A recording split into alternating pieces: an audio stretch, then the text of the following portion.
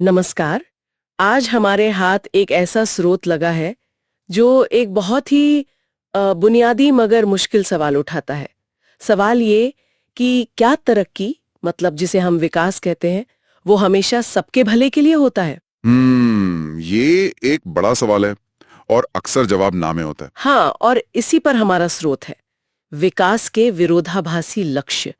ये दिखाता है कि कैसे अक्सर एक समूह का विकास वो दूसरे के लिए मुसीबत बन जाता है। तो चलिए इस गुत्थी को जरा खोल कर देखते हैं। बिल्कुल। तो स्रोत का सार क्या है? यही कि अलग अलग लोगों या समूहों की जरूरतों और उनके सपने वो अलग अलग होते हैं। हाँ, बिल्कुल। और इसीलिए जो चीज एक के लिए अच्छी है, फायदेमंद है, वही चीज दूसरे को नुकसान पहुंचा सकती है। इसी को विकास के लक्ष्यों का टकराव कहते हैं। अच्छा, टकराव। जैसे स्रोत में कोई उदाहरण है इसका? हाँ हाँ, इसमें अच्छे उदाहरण दिए हैं। सोचिए, एक नदी है और उस पर एक बहुत बड़ा बांध बनाने की योजना है। ठीक है। टकराव आता है। स्रोत बताता है कि इस बांध के बनने से नदी किनारे जो गांव बसे हैं, ओ हाँ। उन गांवों के अनगिनत परिवारों की जमीनें, उनके घर, सब सब डूब जाते हैं। उन्हें अपनी जड़ों से उखड़ना पड़ता है। बाप रे। तो देखिए, एक तरफ बिजली है, नौकरियां हैं, शहर का फायदा है, और दूसरी तरफ लोग बेघर हो रहे हैं। उनकी पूरी संस्कृति, उनकी पहचान, उस पर खतरा है। ये तो संसाधनों का सीधा टकराव हो गया।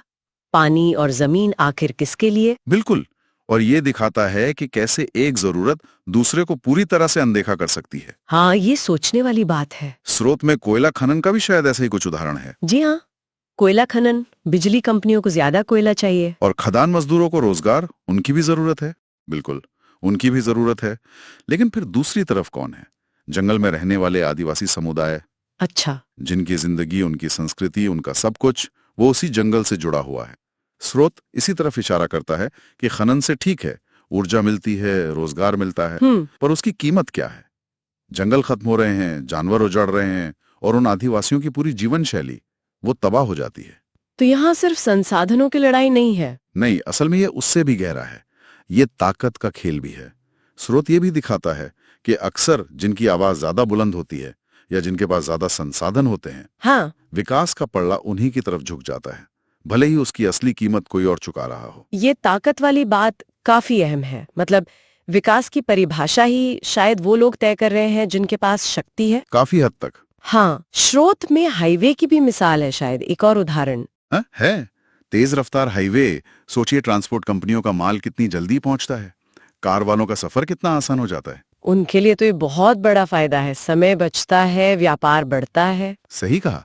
लेकिन स्रोत ये भी उजागर करता है कि इस हाईवे के रास्ते में कौन आता है? छोटे किसान, उनके खेत। ओ, वो हाईवे में चले जाते हैं। हाँ, उनके खेत छिन जाते हैं। तो एक तरफ समय की बचत है, व्यापार में तेजी है, लेकिन दूसरी तरफ खेती की जमीन कम हो रही है, किसान अपनी रोजी रोटी खो रहे हैं। फिर वही सवाल, किसकी सुविधा और किसकी कीमत पर? बिल्कुल। तो इन मिसालों से ये तो साफ है कि ये जो विकास का रास्ता है ये इतना सीधा नहीं है। इसमें कई उलझने हैं। एक का फायदा अक्सर दूसरे का नुकसान बन जाता है। हाँ, बिल्कुल। और स्रोत हमें इन टकरावों की कुछ और वजह भी समझाता है। अच्छा, क्या वजह है? एक तो ये कि कई बार हम सिर्फ छोटी अवधि के फायदों पर ज्यादा ध्यान देते हैं। जैसे खनन से फौरन पैसा मिल रहा है। हाँ, वो दिखता है। हाँ, वो दिखता है। लेकिन लंबी अवधि में जो नुकसान हो रहा है, जैसे जमीन बंजर हो रही है, पानी दूषित हो रहा है, उसे हम नजरअंदाज कर देते हैं। ये तो होता है। और शायद मूल्यों का भी टकराव होता होगा। मतलब किसी के लिए पैसा सबसे जरूरी है, तो किसी के लिए अपनी जमीन, अपनी परंपरा। आपने बिल्कुल सही पकड़ा। स्रोत इसी ओर इशारा करता है। हो सकता है एक समूह के लिए विकास का मतलब हो ज्यादा पैसा कमाना, आर्थिक तरक्की, जबकि दूसरा समूह वो शायद अपनी विरासत को, अपनी सुरक्षा को या अपने सामुदायिक जीवन को ज्यादा महत्व देता हो। ये जो मूल्यों का टकराव है ना, ये विकास की राह को और भी मुश्किल बना देता है। तो कुल मिलाकर बात ये हुई कि विकास का इरादा चाहे कितना भी अच्छा क्यों ना हो, उसके नतीजे सबके लिए एक जैसे नहीं होते। एक का समाधान वो दूसरे की समस्या बन सकता है। बिल्कुल।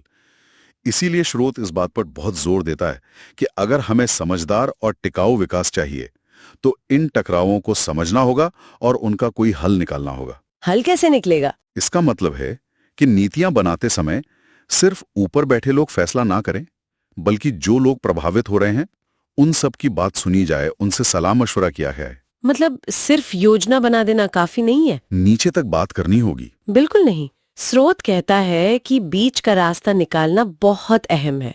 जैसे मान लीजिए किसी की जमीन ली जा रही है, हाँ, तो उन्हें उचित मुआवजा मिले, उनका सही तरीके से पुनर्वास हो, या फिर हम ऐसी तकनीकें अपनाएं जिनसे पर्यावरण को कम से कम नुकसान पहुंचे।